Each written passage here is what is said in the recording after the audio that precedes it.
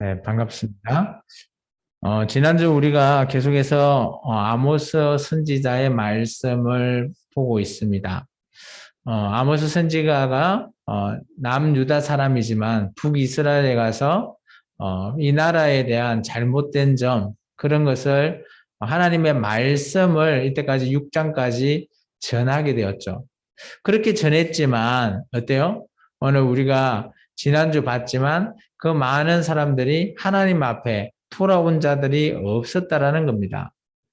참 서글프고 슬픈 사실이죠. 그래서 도저히 안 돼서 이제 아모스 선지자의 어떻게 보면 비장의 카드, 히든 카드를 이 이스라엘 민족에게 제시합니다. 그것이 뭔가 하면 오늘 7장부터 9장까지 있을 아모스 선지자가 직접 하나님께서 보여주신, 이게 아모스 선지자가 본 내용을 이스라엘 민족에게 선포하는 거죠. 이전에는 하나님의 메시지, 말씀으로 선포했다면 이제 7장부터는 이러이러한 사실이 있었어 라고 이스라엘 민족에게 보여주고 말씀하셨다라는 겁니다. 조금 다르죠. 쉽게 말하면 우리가 어떤 사람들에게 그 사람의 잘못된 점을 이렇게 말해줄 때 처음에는 말로서 권유를 할 수 있습니다. 이런 행동을 잘못했습니다. 라고 했을 때도 알아먹지 못한다면 이제 뭘 내밀어야 될까요? 그 사람이 잘못했던 그죠? 그런 증거를 내밀어야 되지 않겠습니까? 그것을 내밀면 어떨까요? 빼도 박도 못하죠. 마찬가지인 것 같아요. 이 아모스 선지자도 1절에는 6절까지는 하나님의 메시지로 이들이 잘못했다라고 말로만 하니까 이들이 말귀를 못 알아들었던 것 같아요. 그래서 도저히 안 돼서 이제 아모스 선지자가 그러면 하나님이 나에게 직접 보여준 것이 있어 라고 해서 5가지를 이제 7장부터 9장까지 5가지를 보여주십니다. 그 첫 번째가 우리가 좀 전에 읽은 내용입니다. 그 첫 번째가 뭔가 하면 메뚜기의 재앙이었다는 거죠. 메뚜기의 재앙하면 기억나시는 말씀 있죠? 우리가 일전에 했던 남유다에 메뚜기 재앙이 있었을 때 어떤 선지자가 등장했죠? 요엘이라고 하는 선지자가 등장해서 이스라엘 그 남유다 백성에게 회개를 촉구했죠. 근데 우리가 요엘서를 읽어보면 그 이스라엘 민족이 남유다가 그 말씀을 듣고 회개한 것 같아요. 그렇게 우리가 요엘서는 읽었거든요. 근데 오늘 이 1절에서 3절 좀 전에 우리가 읽었습니다. 1절에 보시면 주 여호와께서 내게 보이신 것이 이렇다라고 말하는 겁니다. 근데 보니까 뭐예요? 메뚜기가 오늘 어때요? 모든 풀을 다 먹었대요. 물론 메뚜기 재앙은 이전에도 있을 거고 이후에도 있고 지금 우리 2021년도 메뚜기 재앙으로 시달리고 있는 우리나라도 있을는지는 모르겠지만 다른 외국 나라에는 지금도 존재합니다. 메뚜기의 재앙은. 어쨌든 간에 이 메뚜기의 재앙이 있었을 때, 그죠? 어때요? 이 아모스 선지자가 기도를 했어. 그죠? 어떻게 이렇게, 해야 됩니까? 라고 하면서 기도를 했을 때 하나님께서 3절에 보시면 뜻을 돌이켰으므로 라고 있죠. 그게 줄을 꺼 놓으십시오. 북이스라엘 민족은 알지 못했나 봐요. 그런데 아모스 선지자에게는 하나님께서 메뚜기 재앙을 딱 보여줬었는데 이제 이게 북이스라엘에 있을 것이다 라고 말했을 때 아모스 선지자가 어떻게 이렇게 하면 여기 보면 야곱이 미약한데 그 재앙까지 주면 이들이 흔들리지 않겠습니까? 그러니까 이런 재앙은 좀 안 오게 하면 안 될까요? 라고 아마 기도했던 것 같습니다. 제 생각에는. 그러니까 하나님께서 뜻을 돌이켜서 어때요? 그것이 이루어지지 않았다라는 것을 이스라엘 민족에게 아모스 선지자가 말하는 거예요. 너희들은 모르지. 근데 하나님께서 이런 거 보여주시고 오신다고 했다. 라는 것을 증거로 내미는 겁니다. 근데 이것이 어떻게 보면 우리 같이 뭐 증거라고 하면 CCTV 찍힌 거 이런 걸 보여주면 더 좋겠지만 이것은 어쩔 수 없는 것 같아요. 아모스 선지자에게 보여준 것을 말을 하다 보니까 또 그런 증거가 뭐 100% 될지 안 될지는 알 수 없는 것 같아요. 이게 그런 건 또 개인적인 보이셔 주신 것이라 아마 이스라엘 민족이 혹하지는 않았던 것 같아요. 그래서 두 번째 또 내용을 얘기합니다. 그게 4절에서 6절이죠. 이것도 하나님이 내게 보여주셨다고 두 번째 보여주신 걸 얘기합니다. 같이 한번 읽어볼까요? 주 여호와께서 또 내게 보이신 것이 이러하니라. 주 여호와께서 명령하여 불로 징벌하게 하시니 불이 큰 바다를 삼키고 육지까지 먹으러 하는지라. 이에 내가 이르되 주 여호와여 청하건대 그치소서. 야곱이 미약하오니 어떻게 서리까 하매 주 여호와께서 이에 대하여 뜻을 돌이켜 주 여호와께서 이르시되 이것도 이루어지지 아니하리라 하시니라. 아멘. 아마 아모스 선지자에게도 또 두 번째 보여준 게 뭐라고요? 불. 여기서 불은 전쟁으로 보시면 됩니다. 전쟁. 그래서 보면 불이 어디서부터 시작된가 하면 큰 바다에서부터 시작해서 육지를 삼킨다라는 거예요. 이게 전쟁을 얘기하는 거죠. 제국의, 그 당시 제국의 전쟁입니다. 아마 이 전쟁은 아수르가 지금 점점점 나라 제국으로서 주변 나라들을 다 이렇게 점령하고 이기고 나가는 그런 상황을 얘기하는 것 같아요. 그래서 아마 이런 내용으로 그죠? 전쟁이 일어나서 너희들을 삼킬 것이다. 라고 했을 때 또 한 번 아모스 선지자가 하나님께 기도합니다. 이 야곱의 미약한 정말 약한 자들 그렇게 내버려 두면 어떻게 하겠습니까? 꼭 아모스 선지자가 어때요? 아이를 대변하는 듯한 그런 듯한 기도를 하는 거죠. 참 이런 걸 보면 이스라엘 민족은 이 사실을 알까요? 모를까요? 알지 못한다는 거예요. 그래서 누군가는 기도하기에 그죠? 누군가는 자기가 악하지만 그래도 잘 살 수 있다라는 거예요. 쉽게 말해서 우리가 누군가가 기도하기에 우리나라가 이렇게 잘 살고요. 누군가의 기도하기에 어때요? 대한민국이 어마어마한 성적으로 선진국에 이르게 된 거죠. 저는 그렇게 봅니다. 그 누군가가 아마 저는 기독교인이 대부분이지 않을까 그렇게 생각되어져요. 우리 한반도의 한 역사로 봤을 때 기독교인들의 그 열정적인 기도, 그런 기도가 오늘날 지금 우리나라가 되지 않았을까라는 생각이 들어요. 그래서 여러분들도 여러분을 위해서 누군가가 기도하기에 여러분이 지금 편안하게 잘 살고 있다라고 생각하시기 바랍니다. 그래서 어때요? 뭐가 필요할까요? 나도 기도해야 된다는 거죠. 누군가를 위해서. 그래서 아모스 선지자의 기도를 통해서 이스라엘 민족의 멸망을 주려고 하는 그 불을 하나님께서 뭐 하셨다고요? 뜻을 돌이켰대요. 뜻을 돌이킨다는 건 뭘까요? 정말 중요한 거거든요. 하려고 하는 걸 아예 아모스를 통해서 보고 그냥 알겠어 하면서 이루어지지 않게 하였다라는 거죠. 그렇게 했는데도 이스라엘 민족은 이런 사실을 알까요? 모를까요? 알지 못한다라는 거예요.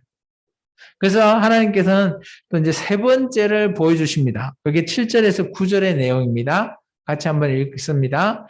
또 내게 보이신 것이 이러하니라. 다림줄을 가지고 쌓은 담 곁에 주께서 손에 다림줄을 잡고 섰더니 여호와께서 내게 이르시되 아모스야 내가 무엇을 보느냐. 내가 대답하되 다림줄이니이다. 주께서 이르시되 내가 다림줄을 내 백성 이스라엘 가운데 두고 다시는 용서하지 아니하리니 이삭의 상당들이 항폐하며 이스라엘의 성소들이 파괴될 것이라.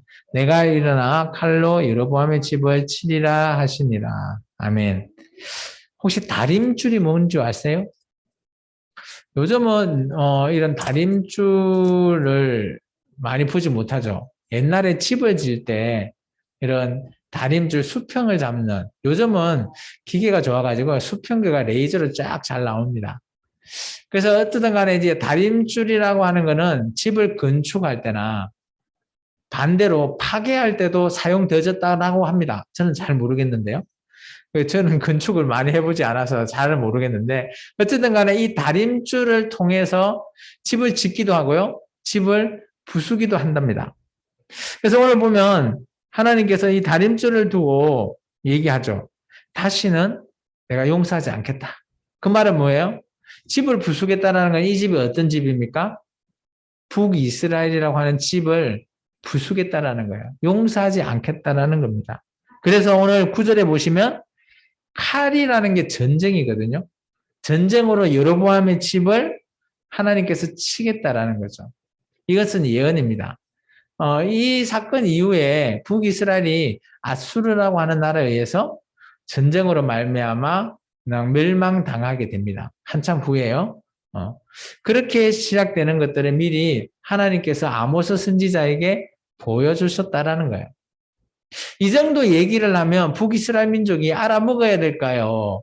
그냥 뭐 네 말이야라고 할까요? 무시할까요?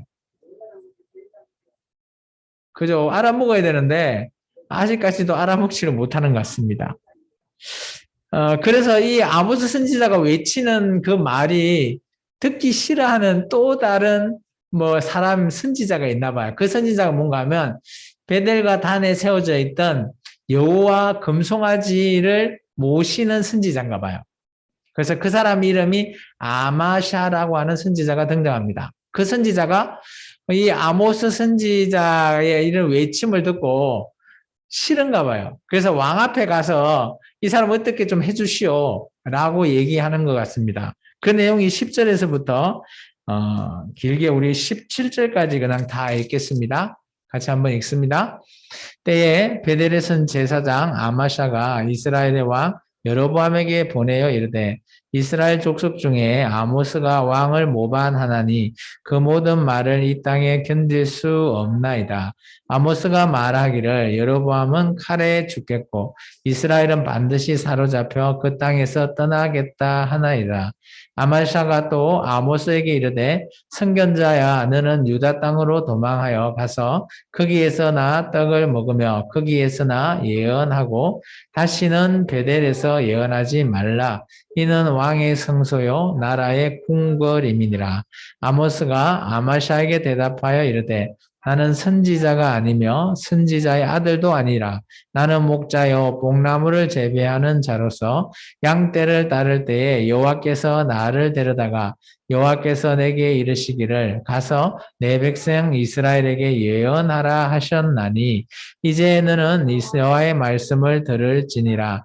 내가 이르기를 이스라엘에 대하여 예언하지 말며 이삭의 집을 향하여 경고하지 말라 하므로 여호와께서 이와 같이 말씀하시기를 내 아내는 성읍 가운데서 창녀가 될 것이요 내 자녀들은 칼에 엎드러지며 내 땅은 청량하여 나뉘어질 것이며 너는 더러운 땅에서 죽을 것이요 이스라엘은 반드시 사로잡혀 그의 땅에서 떠나리라 하셨느니라. 네, 여기까지죠. 이 말씀을 보면 그죠? 우리 그 10절에 보시면 아모스가 얘기한 말을 이 많은 사람들이 듣기는 들었는가 봐요. 대표적으로 이 아마샤라고 하는 제사장이 그 말을 듣고 어떻게 했다고요? 견딜 수가 없대요. 견딜 수가 없다라는 말은 어떤 표현 때 쓰죠? 그 말을 들었을 때 맞기는 맞는데 듣기 싫은 거예요. 맞기는 맞는 것 같은데 우리한테 하는 말이 듣기 싫은 거죠. 견딜 수가 없어서. 그렇다면 이 아모스 선지자가 한 번만 외친 게 아닌 것 같아요. 여러 번 사람들 앞에 외치고 막 그랬던 것 같아요. 그러다 보니까 왕 앞에 오늘 이 사람 모반하여 쉽게 말하면 이 사람이 왕을 배반했다라는 표현을 쓰죠. 왜냐하면 아모스 선지자의 메시지가 그런 내용이잖아요. 여로보암 왕 이제 죽습니다. 이 이스라엘 나라 멸망당해요. 그래서 살아남은 자는 다른 데로 나갈 거요. 떠날 거요, 이 땅을. 그 당시에 아수르가 이 땅을 점령함으로 말미암아 그 아수르는 정책이 어떤가 하면 그 여기 있는 이 땅에 살아있는 사람을 딴 나라로 이주시키고 딴 나라 사람을 이스라엘 땅에 이주시키는 그런 정책을 세운 나라가 아수르거든요. 그래서 왜냐하면 나라들이 이렇게 자기 땅에 살면 그죠? 이 제국을 향해서 또 막 이게 대항할 수 있으니까 그렇게 못하기 위해서 이런 정책을 세운 나라가 아수르예요. 어쨌든 간에 그렇게 하기 위해서 아수르는 그런 정책을 세웠거든요. 그래서 오늘 그런 얘기를 하는 겁니다. 그러다 보니까 오늘 아마샤가 아모스한테 얘기합니다. 너 그냥 유다 땅으로 돌아가서나 예언해라. 왜 하필이면 북이스라엘에 와서 얘기하냐? 라고 얘기하는 거죠. 그래서 얘기할 때 아모스 선지자가 이렇게 대답합니다. 나는 선지자도 아니요. 선지자 아들도 아니고 나는 드고아라고 하는 혹시 기억나나요? 우리 1장 1절 아모스 선지자 봤을 때 드고아의 목자라고 얘기했죠. 드고아에서 양을 치는 목자인 나인데 양치다 보니까 하나님께서 나한테 와서 이스라엘 민족에게 좀 말 좀 전해라 라고 해서 나는 와서 전했을 뿐이요 라고 얘기하는 겁니다. 그래서 오늘 보면 15절에 예언하라라고 했던 그 예언이 16절과 17절입니다. 그래서 그 예언에 보면 놀라운 건 16절에 보면 이스라엘에 대해서 예언하지 말고 이삭의 집에 경고도 하지 말래요. 그 말이 뭐예요? 근데 지금 하나님 메시지를 전하고 있는데 경고도 하지 말래요. 그 말이 뭔 말일까? 곰곰이 한번 생각해 보니까 아마 아모스 선지자가 이렇게 전하는 것은 우리 입장에서 봤을 때는 이게 어마어마한 경고고, 그죠? 어마어마한 예언인데 그 이스라엘 민족 입장에서 들었을 때는 그냥 씨잘데기 없는 소리로 들린다라는 거죠. 그러면서 오늘 17절에 보면 이런 얘기를 하죠. 그죠? 너희 나라가 멸망당할 때 너희 아내는 창녀가 되고요. 자녀는 칼에 죽고요. 이 땅은 나눠지고요. 그래서 여기 있는 사람들 다 딴 데로 사로잡혀 나갈 것이다. 이게 어떻게 보면 나중에 북이스라엘이 멸망하고 난 이후의 모습이에요. 그 모습을 그대로 아모스 선지자가 예언하고 있습니다. 근데 이게 예언인데 북이스라엘 사람은 이 얘기 듣고 자기 나라에 대한 예언으로 받아들일까요? 아니라는 거예요. 참 그런 쪽에 어떻게 보면 차이가 있기 때문에 북이스라엘 사람들이 아모스 선지자의 외침을 그냥 듣기 싫어하는 거죠. 견딜 수 없을 정도로. 야, 그런 얘기 하지 마. 너 나라 가서 네 땅에 가서나 전해라, 예언해라 라고 무시해버립니다. 쉽게 말해서 이런 무시할 수 있는 사람은 누구일까요? 아마 그 나라의 백성은 아닐 것 같고요. 그 나라의 지도자층. 아마 지도층에서 그런 얘기를 듣다 보니까 찔림이 있는 것 같아요. 그 얘기에 대해서 상세하게 얘기하고 있는 예언이 바로 8장입니다. 8장에 또 다른 하나님께서 아모스에게 보내준 내용이 하나님께서 한 강주리의 사건을 보여주십니다. 그 강주리 안에 뭐가 있다? 과일이 있겠죠. 근데 그 과일이 어때요? 좋은 게 한 놈도 없는 거예요. 그럼 어떻게 해야 될까요? 강주리 안에 좋은 놈 하나도 없으면. 아깝지만 버려야 되겠죠. 이제 그 내용을 얘기합니다. 근데 그 강주리 안에 있는 과일이 누구다? 북이스라엘이라는 거예요.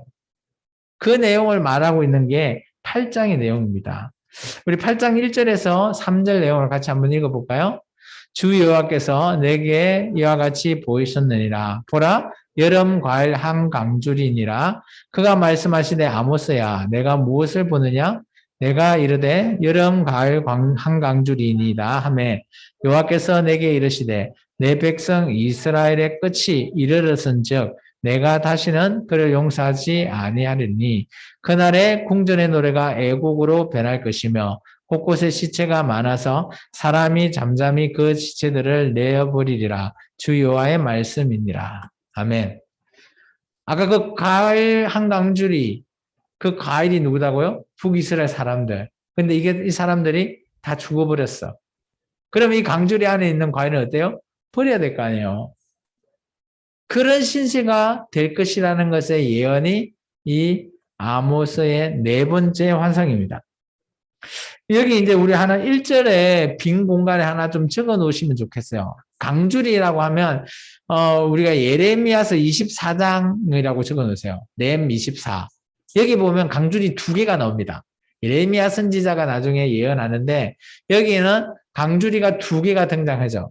이때는 어느 상황인가 하면 남유다 시대의 상황입니다. 남유다가 멸망당하기 전 바로 직전에 예레미야 선지자가 예언하는 내용이에요. 그러면 이 두 강줄이는 어떤 나라일까요? 남유다 나라예요. 이 북이스라엘은 아모스의 이 한 강줄이 안에 다 썩어 있는 과일이고요. 예레미야는 두 강줄이가 있는데 그 강줄이에 뭐가 담기는가 하면 무화과라고 하는, 혹시 무화과 아시죠? 과일요. 그것이 담겨 있는데 한 강줄이는 좋은 무화과, 한 강줄이는 나쁜 무화과가 담겨 있는 거예요. 그것을 비유로 얘기하죠. 나쁜 무화과는 이스라엘의 끝까지 살아남겠다고 용을 쓰는 사람들을 가리키고요. 좋은 무화과는 어때요? 나중에 바벨론에 의해서 멸망당할 때 살아남아서 포로로 잡혀가는 그런 사람을 좋은 무화과로 비유하셨어요. 했어요. 이제 그런 거를 이제 좀 비교해 보면 한 강줄이, 두 강줄이 이렇게 이제 좀 적어 놓으면 나중에 비교가 될 것 같습니다. 어쨌든 간에 예레미야는 좋은 무화과도 있지만 여기는 좋은 게 없어요. 그래서 오늘 3절에 보면 모두 다 내버리라. 그럼 과일 다 버려야 될 거 아니에요. 근데 그 내버리는 왜 이렇게 과일이 나빠졌을까? 그 이유를 설명하는 게 4절에서부터 6절의 내용입니다. 4절에서 6절까지 한번 같이 읽어볼까요? 가난한 자를 삼키며 땅에 힘 없는 자를 망하게 하는 자들아 이 말을 들으라. 너희가 이르기를 월삭이 언제 지나서 우리가 곡식을 팔며 안식일이 언제 지나서 우리가 밀을 내게 할고 해발을 작게 하고 세계를 크게 하여 거짓 저울로 속이며 언으로 힘없는 자를 사며 신 한 클레로 가난한 자를 사며 찌꺼기의 밀을 팔자 하는도다. 죄송합니다. 여기 보면 뭐예요? 이게 이유라는 거죠. 이렇게 하는 사람들은 어떤 사람들일까요? 가난한 자들을 어때요? 힘없는 자들을 망하게 하는 자. 그러면 이런 자들, 이렇게 할 수 있는 사람은 어떤 사람? 힘이 있는 사람. 지도청의 문제를 지적하는 겁니다. 이게 이 당시 지도청이라고 하면 물론 정치적인 지도자도 있고요. 종교적인 지도자도 있을 겁니다. 그런 지도자를 통틀어서 얘기하고 있죠. 그러면서 뭐 안식일 얘기 나오는 거 보면 종교 지도자인 것 같고요.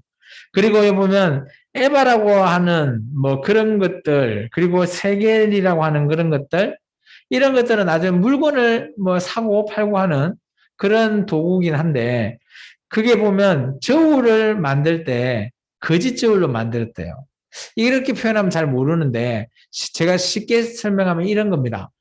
저는 잘 보지를 못했는데 우리가 쌀을 옛날에, 요즘은 쌀이 이제 딱 킬로로 나와서 그런데 옛날에는 쌀을 팔 때 어떤 거에 달아서 주죠?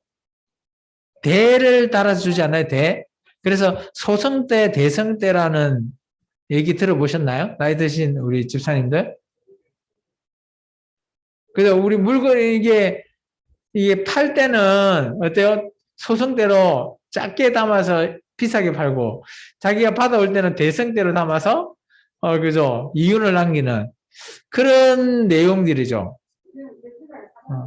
어쨌든 간에 이런 행태로 이 거짓 저울이라는 게 그렇게 보시면 돼요. 남들을, 백성들, 힘없는 자들을 속이는 거죠. 그리고 자기들은 거기에 대해서 이윤을 차지하는 것들.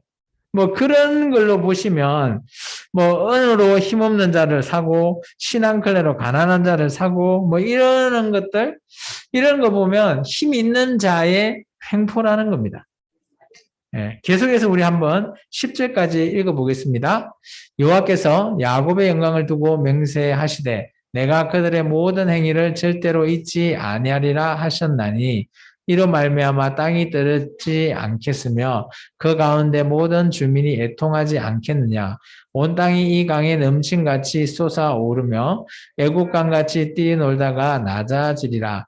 주 여호와의 말씀이니라. 그날에 내가 해를 대낮에 치게 하며 백주의 땅을 캄캄하게 하며 너희의 절기를 애통으로 너희의 모든 노래를 애곡으로 변하게 하며 모든 사람의 굵은 배로 허리를 동이게 하며 모든 머리를 대머리가 되게 하며 독자의 죽음으로 말미암아 애통하듯 하게 하며 결국은 공고한 날과 같게 하리라. 아멘.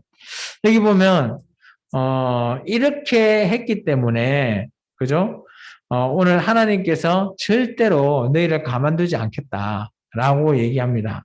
그러면서 오늘 하나님께서 9절에 보시면 여호와의 날이라고 해서 우리가 일전에 했어요. 여호와의 날, 주님의 재림하는 날은 기뻐해야 될까요? 슬퍼해야 될까요? 우리는 기뻐해야 된다 했잖아요. 그런데 이 이스라엘 민족 앞에 여호와의 날, 자기들도 기쁘게 절기를 지켰던 그들 앞에 하나님께서 아모스 선지자를 통해서 뭐라고 했죠? 캄캄할 거다, 심판할 거다. 그런 메시지를 일전에 아모스가 소개했어요. 그러면서 다시 한 번 더 얘기합니다. 하나님께서 해를 치게 해갖고 대낮이 캄캄하게 한답니다. 그러면서 오늘 10절에 보면 너희가 지키는 절기를 애통하게 한대요. 이게 절기를 못 지키는 거죠. 그리고 모든 노래는 어때요? 기쁠 때 부르잖아요. 그런데 그 노래가 애곡이에요. 슬픈 노래예요. 그러면 어떨까요? 상황이 안 좋은 거죠. 그리고 모든 사람이 허리에 배를 두리고 동인다라는 말은 뭔가 하면 이들이 그런 금식이나 힘든 일, 위기 있을 때 이렇게 허리를 동이고 하나님께 기도하는 그들만의 모습이에요. 그리고 나서 그럼 머리를 대머리가 되게 한대죠. 이게 뭔 모습인가 하면 그죠? 나라가 이 멸망당하고 나서 포로가 있잖아요. 포로가 이 당시 잡혀갈 때 모든 털을 다 밀어버린답니다. 머리를 다 밀어버리죠. 대머리가 되듯이. 그리고 옷도 다 벗겨버리고 그렇게 끌고 간대요. 포로들을. 이제 그런 모습을 얘기합니다. 그래서 10절의 내용은 어떤 내용일까요? 이 나라 멸망당하고 너희가 포로로 잡혀갈 거야 라고 하는 말을 얘기하고 있습니다. 그러면서 하나님께서 한 번 더 얘기하십니다. 11절에서 14절의 내용입니다. 같이 읽습니다. 주 여호와의 말씀이니라. 보라 날이 이를지라. 내가 기근을 땅에 보내리니 양식이 없어 주림이 아니며 물이 없어 가람이 아니요 여호와의 말씀을 듣지 못한 기갈이라. 잠깐만요. 이런 내용들은 뭔가 하면 지금 아모스 선지자가 뭘 하고 있죠? 이들 지금 여로보암 2세 때는 풍족하대도요. 먹고 사는 먹거리 풍족한데 어때요? 이들은 하나님의 말씀이 뭐대요? 부족하다는 거죠. 기근이죠, 기근. 하나님의 말씀을 듣지 못하는 거죠, 이들이. 그러니까 말씀은 넘쳐나지만 아모스 선지자가 외치지만 이들은 그 말씀을 듣지 못한다는 거죠. 들으려고도 안 하는 거죠. 그래서 하나님의 말씀이 너희가 없기 때문이죠. 그래서 나중에 이 다음 아모스 다음에 호세아라고 하는 선지자가 또 등장합니다. 북이스라엘 멸망할 때 우리가 이거 아모스 끝나고 나서 호세아 선지자 볼 건데 그 호세아 선지자도 어떤 메시지를 주는가 하면 너희가 여호와 하나님을 아는 지식이 없기 때문에 망한대요. 이거는 쉽게 말하면 우리가 예수님을 아는 지식이 없으면 예수님을 아는 어떤 지혜가 없으면 우리도 망한다는 거죠. 그 지식과 지혜가 뭘까요? 말씀이라는 거죠. 그런데 이런 말씀을 듣기는 들었지만 너희가 실천하지 않고 깨닫지 않는다면 이게 너희에게는 부족하다라는 거죠. 계속해서 읽겠습니다. 사람이 이 바다에서 저 바다까지 북쪽에서 동쪽까지 비틀거리며 여호와의 말씀을 구하려고 돌아다녀도 얻지 못하리니 그날의 아름다운 처녀와 젊은 남자가 다 갈아여 쓰러지리라. 사마리아에 제된 우상을 두고 맹세하여 이르기를 다나 내 신들이 살아있음을 두고 맹세하노라 하거나 브엘세바가 위하는 것이 살아있음을 두고 맹세하노라 하는 사람은 엎드러지고 다시 일어나지 못하리라. 여기까지요. 맞죠? 이처럼 하나님께서 어때요? 말씀이 없기 때문에 너희들은 뭘 한다고요? 멸망당한다고. 이게 정말 이것은 중요한 내용입니다. 오늘 우리에게서도 우리가 말씀을 제가 전하고 있지만 그런 말씀을 듣고 깨닫지 못한다면 우리에게도 말씀은 듣긴 듣지만 부족하다는 거예요. 영양이 부족한 거죠. 그죠? 그래서 말씀 우리가 먹는 것만큼 우리가 말씀을 읽고 말씀을 깨닫는 것 정말 중요하다라는 것이죠. 이 당시는 아마 물론 말씀이 넘쳤을 거예요. 단과 베델에 금송아지를 섬기는 제사장들도 말씀을 했겠죠. 그리고 또 어때요? 이런 아모스 같은 그리고 엘리야 엘리사 시대 때부터 계속해서 북이스라엘에 대해서 참 하나님에 대해서 계속 말씀하셨어요. 근데 이 사람들은 어때요? 자기가 듣고 싶은 것만 듣는 거죠. 그런 것이 말씀이 부족하다라는 거예요. 말씀은 정말 홍수처럼 넘쳐나요. 지금 오늘날 우리도 그러지 않나요? TV만 켜도 말씀하죠. 라디오만 봐도 말씀이 막 나옵니다. 기독교 방송에서. 근데 그런 말씀 들어도, 그죠? 어때요? 너무 홍수처럼 넘쳐나다 보니까 들어도 은혜가 되지 않는다. 들어도 뭔 말인지 깨닫지 못한다. 라면 오늘 우리가 북이스라엘과 백성과 뭔 차이가 있겠습니까? 정말 중요한 거는 이런 말씀이 홍수처럼 넘쳐나지만 그래도 말씀을 붙잡아야 된다는 거예요. 일례로 지금 중국의 교회들을 지금 많이 이게 탄압을 해서 중국도 지금 교회가 많이 사라져요. 그래서 지하 교회가 있고요. 북한에도 마찬가지. 지금 그렇게 김정은이가 있지만 지하 교회가 있대요. 그런 사람들은 말씀이 홍수가 아니에요. 정말 말씀이 듣기가 힘든 겁니다. 근데 그런 사람들은 그 말씀 하나 들어보려고 자기의 목숨을 내놓고 듣는데요. 그런 간절함으로 듣는 사람과 오늘 우리 대한민국의 홍수처럼 넘쳐나는 말씀, 그런 말씀을 정말 갈급하게 듣는 사람, 과연 몇이나 있을까? 이게 지금 북이스라엘이 어떻게 보면 지금 우리 대한민국과 좀 오버랩되어 보이는 그런 측면이 없지 않아 있어요. 지금 이렇게 말씀이 넘쳐나는데 아모스 선지자가 우리나라에 와서 전했다라고 봅시다. 싫은 소리 했다면 들으려 할까요? 이런 메시지 전하면 우리나라 망해요 하면 들으려고 하는 사람 몇 명이나 있을까? 저 시잘데기 없는 소리야 라고 무시하지 않을까요? 참 그런 걸 보면 정말 어떤 게 진리인지 어떤 것을 분별해야 되는지 정말 더 중요하다는 거죠. 홍수처럼 넘쳐날 때 분별할 수 있는 것 정말 중요하다라고 저는 생각되었습니다. 이번 주 말씀을 정리 한번 해보겠습니다. 하나님께서는 뜻을 돌이키신 일을 아모스 선지자를 통해서 여러 번 보여주셨어요. 그런데 어때요? 이스라엘 민족은 결코 돌아오지 않았죠. 그러다 보니 하나님은 한두 번 돌이키셨지만 그 다음 세 번째부터는 어때요? 안 되겠다. 도저히 이제 용서 없다. 계속 그렇게 얘기하시는 거예요. 두 번까지는 돌이켰었어요. 세 번째부터는 안 되겠다요. 그럼 어때요? 끝까지 가겠다라는 거죠. 참 이런 상황이 안타까운 것입니다. 근데 이런 내용을 이스라엘 민족이 듣고도 알지 못한다라는 게 더 안타깝다라는 겁니다. 이게 이렇게 분별할 수 있는 것 쉽지 않을 거라고 저는 봅니다. 근데 그것을 분별할 수 있다면 정말 하나님의 은혜가 아닐까 그렇게 생각되어져요. 두 번째, 그러다 보니까 용서하지 않겠다고 하나님께서 선언해버렸죠. 아모스에게. 이것은 결국은 북이스라엘의 멸망의 예언입니다. 그래서 우리가 좀 전에 읽었던 내용들이 다 멸망당하는 장면들이죠. 곳곳에. 그래서 7장 하반절부터 8장의 전체 내용은 이스라엘의 당할 때의 모습, 그런 모습을 보여주고 있습니다.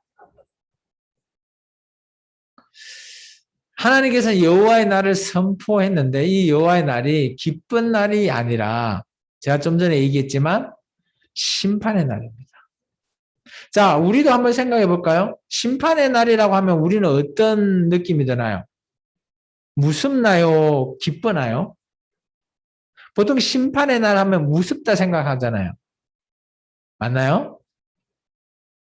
근데 이제 돌이켜 한번 생각해 봅시다. 주님이 재림하는 날 기쁘나요? 무섭나요? 기쁘죠. 왜 기쁘죠? 재림하시니까?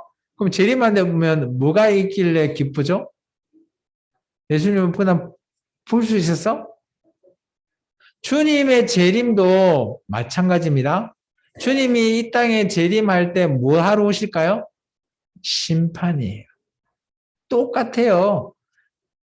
여호와의 날이나 주님의 재림하는 날이나 똑같이 심판의 날입니다. 근데 왜 우리는 기쁠까요? 심판을 자세히 보니까 신학에 두 가지 심판을 한답니다. 예수님을 잘 믿고 했던 성도들에게는 상에 대한 심판을 하신대요. 히브리서 보면. 그런데 반대로 예수님을 알지 못하는 자에게는 뭔 심판한다고요? 벌에 대한 심판을 하신대요. 그것 때문에 두렵지 않나요? 심판하면 벌, 이 꼴돼 있잖아요. 그런데 이제는 다르게 생각하십시오. 예수님을 잘 믿는 저와 여러분은 심판하면 오히려 기뻐해야 돼요. 억울함을 당하는 우리에게는 기뻐해야 되죠. 왜? 주님께서 신원해 주시거든요. 그게 상이에요. 나의 원한도 갚아주시고 나에게 플러스 우리 뭐 원 플러스 원 이런 거 있듯이 어디 가면 마찬가지로 우리의 원한도 풀어주시고 또 플러스해서 우리에게 상까지 주시니 기쁘지 않겠습니까? 그리고 또 그게 더해서 하나 더 뭐예요? 영원히 주님과 함께 영생을 저 천국에서 살 수 있으니 그게 기쁜 거죠. 그 전에는 뭐가 꼭 있다? 심판이라는 게 꼭 있다라는 사실을 기억하십시오. 그래서 이전까지 심판하면 무섭다라고 생각한 것 이제는 바뀌셔야 돼요. 당연히 심판은 무섭다라고 생각하는 사람이 있어요. 누구? 예수를 믿지 않는 자들. 내가 예수를 안 믿어서 심판대에 서게 됐을 때 지옥에 간다라고 생각하시는 분은 무서울 수밖에 없어요. 지옥에 가면 영원히 죽지도 않고 고통만 당하니까. 당연히 무섭겠죠. 그런데 우리 기독교인들은 어떨까요? 기쁠 수밖에 없어요. 영원히 주님과 함께 영원한 삶을 누릴 수 있는 심판을 받기 때문이죠. 그래서 생명나무 모든 성도님들은 심판하면 기쁨이라고 이제부터 꼭 기억하시기를 축원합니다. 이 세 가지를 정리하면 이렇다고 봅니다. 하나님 측면에서 봤을 때 이런 거예요. 제가 정리한 거는 같이 한번 읽어볼까요? 별표 보여줘도 뜻을 깨닫지 못하면 멸망한다라는 거예요. 하나님께서 말씀을 메시지를 주거나 보여주거나 해도 그 말씀을 뜻을 깨닫지 못하면 어때요? 멸망당한다는 거죠.